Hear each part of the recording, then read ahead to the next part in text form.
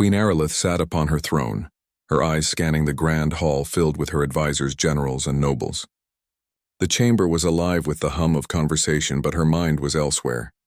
The Xylarian Empire had faced no real threat in decades, and yet, reports of a strange new species had begun to reach her.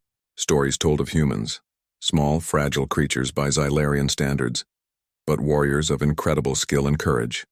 Many dismissed them as myth, the sort of tale told to frighten children or impress diplomats. Not Aerolith. She was curious, but she would not allow herself to believe in legends. Outside the palace, her fleet had engaged a small contingent of the hostile Korath forces.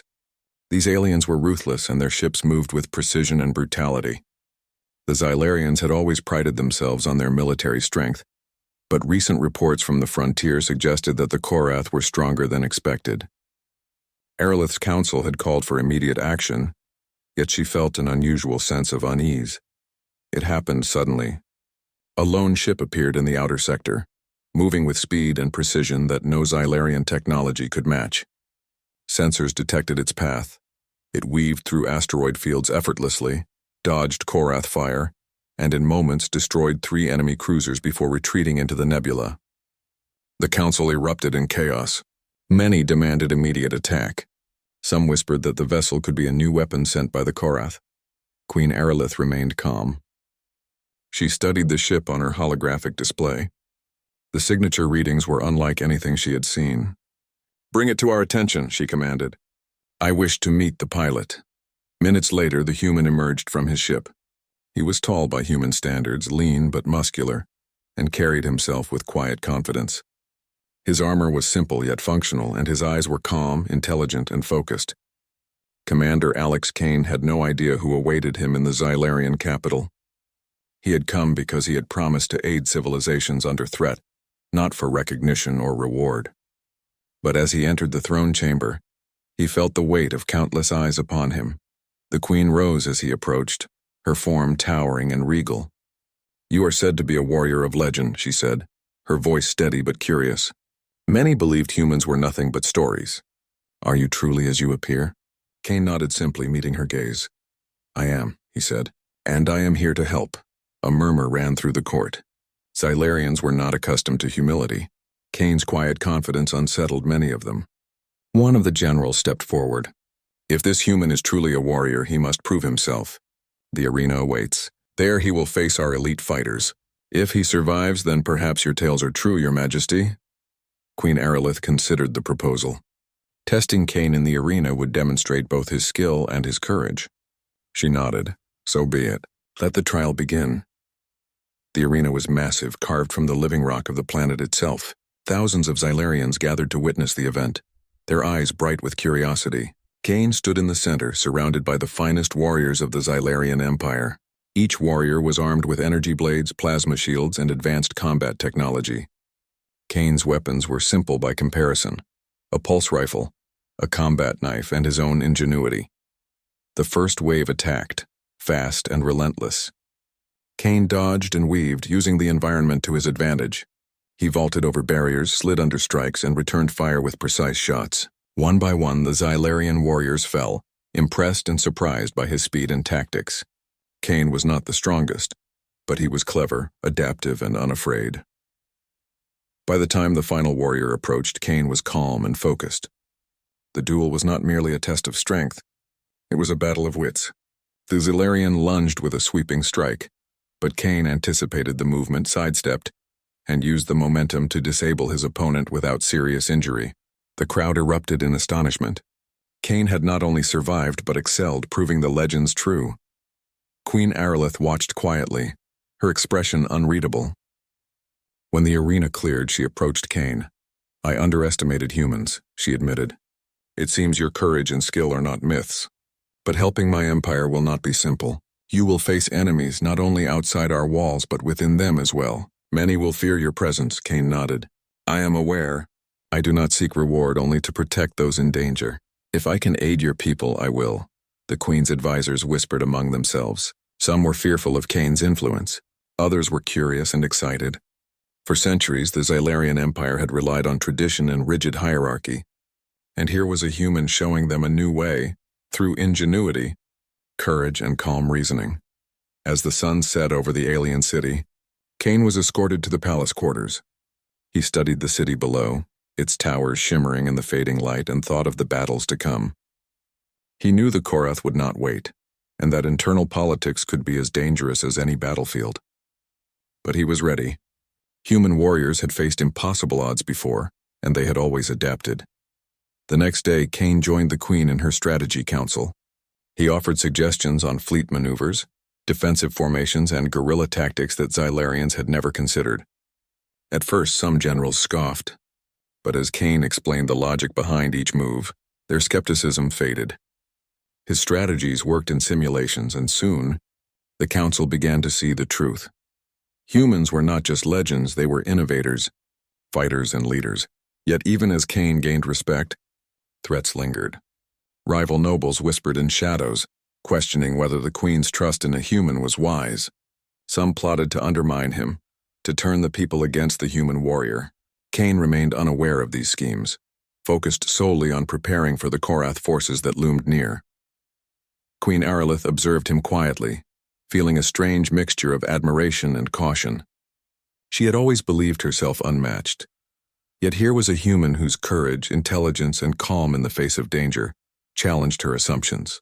Perhaps the legends were only half the truth. Perhaps humans could surpass even the greatest of the Xylarian warriors. As night fell, the city of Xylara quieted. Kane stood on a balcony overlooking the alien skyline. He was far from Earth, far from his home, yet he felt a strange sense of belonging. His mission was clear and his resolve was strong. He would prove that humanity was more than myth. He would show that courage, ingenuity, and determination could overcome any odds, even in a universe that had never truly known humans. And somewhere within the palace, Queen Aerolith watched the horizon. For the first time, she understood that a new chapter in her empire's history had begun. A chapter written not by tradition, but by a human warrior who dared to challenge legends. The stage was set. Battles would come. Enemies would test them. And the human warrior calm and... The morning sun painted the Xylarian city in shades of gold and violet. Commander Alex Kane stood among the palace strategists, reviewing maps of the approaching Korath fleet. Unlike the simulations from the previous day, this was real. Hundreds of enemy ships were heading toward Xylara, each armed with devastating weapons. Kane studied the layout of the city, the fleet positions, and the defensive stations. Every variable mattered. Queen Aerolith entered the chamber, her presence commanding attention.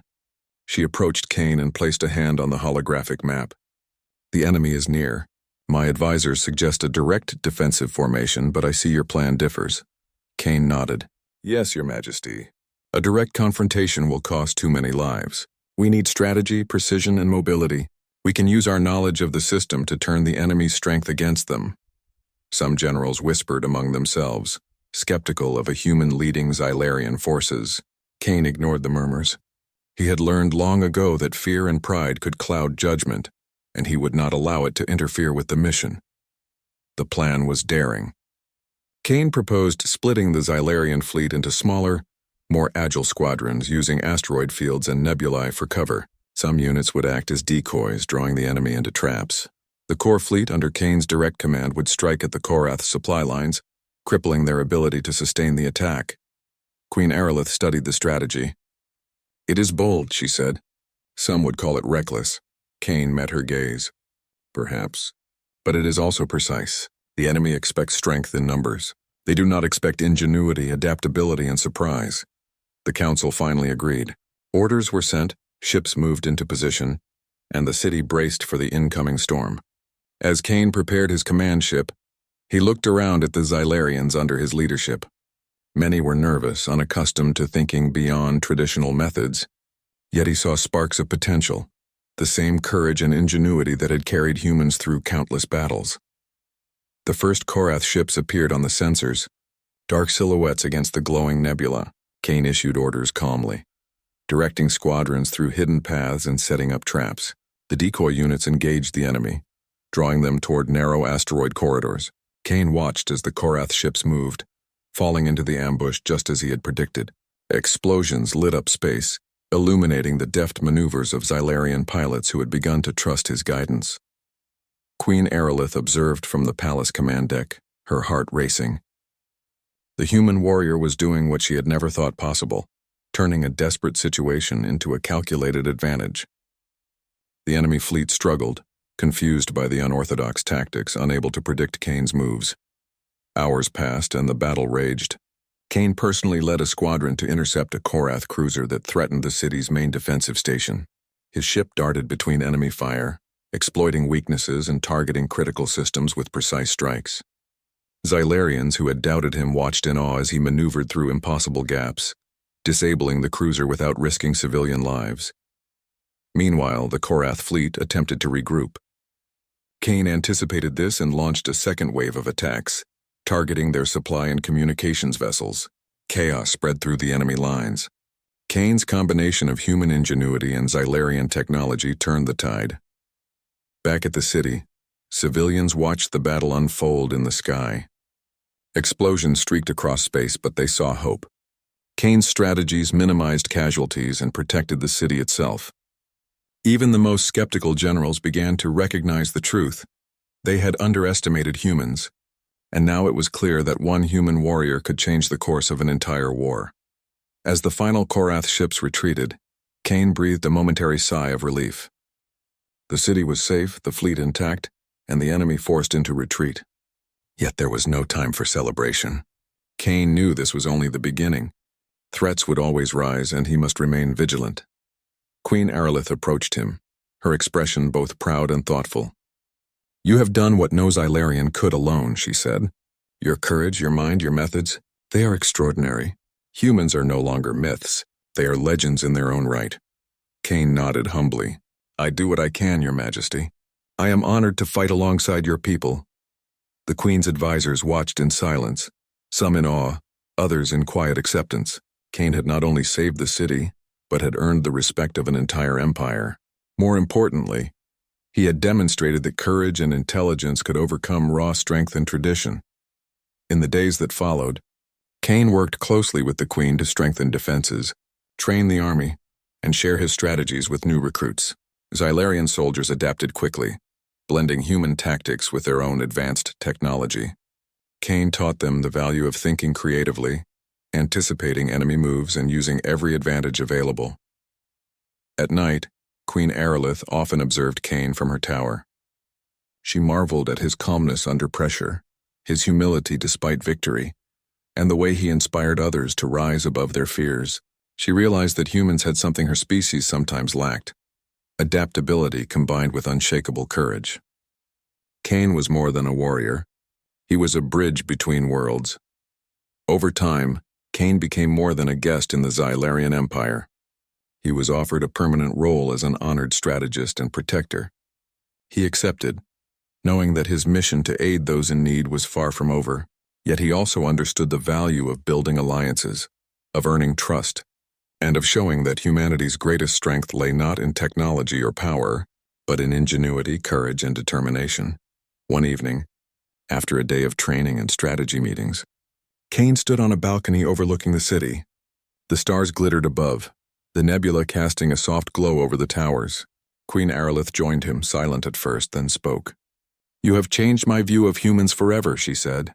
"I once thought of you as myths, as stories to entertain or frighten. Now I see that your kind can alter the course of empires not through domination, but through courage, wisdom, and action." Kane smiled, his gaze on the horizon. "Thank you, Your Majesty. Humans are nothing if not adaptable. We rise to challenges, no matter the odds. We do not fight for glory, only for what is right." The Queen nodded. "Then let this be the beginning of a new chapter. Your story will be told alongside our own, a legend of courage and unity between our peoples." Kane felt a quiet pride, not in victory alone, but in the bond he had forged with the Xylarians. Together, they had faced an overwhelming enemy, navigated political intrigue, and proven that ingenuity and courage could surpass even the greatest myths. As the first light of dawn touched the city, Kane and Queen Aerolith looked toward the stars, knowing that countless challenges lay ahead. But with trust, strategy, and courage, no obstacle was insurmountable. Humanity had arrived in the Xylarian Empire not as a myth, not as a legend, but as a force capable of inspiring hope, shaping destiny, and standing shoulder to shoulder with the most formidable beings in the galaxy.